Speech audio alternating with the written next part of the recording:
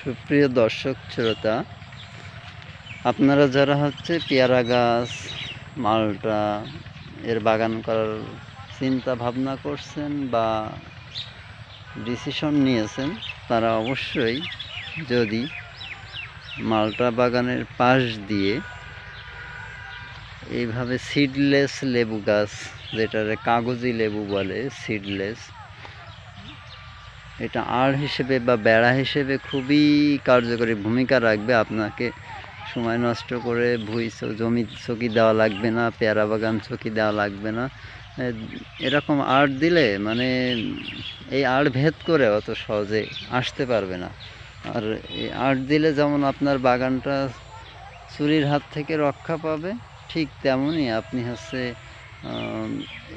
এখান থেকে প্রফিটও পাবেন আর কি। প্রচুর পরিমাণে সিডলেস লেবু ধরে। এই সিডলেস লেবু বিক্রি করে আপনি একটা ভালো অংশে লাভবান হতে পারবেন। যে দেখছেন যে প্রচুর পরিমাণে ধর এসছে।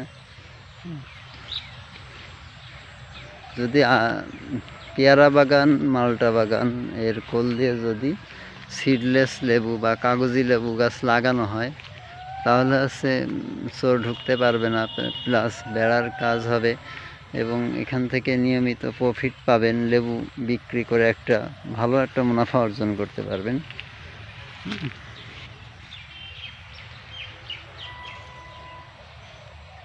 যে কেমন পরিমাণে ধরে আর কি, ধরার ঠেলায় ডাল মাশাআল্লাহ নিচে পড়ে গেছে। এটা আড়েরও উপকার হবে, প্লাস এখান থেকে লেবুও বিক্রি করতে পারবেন।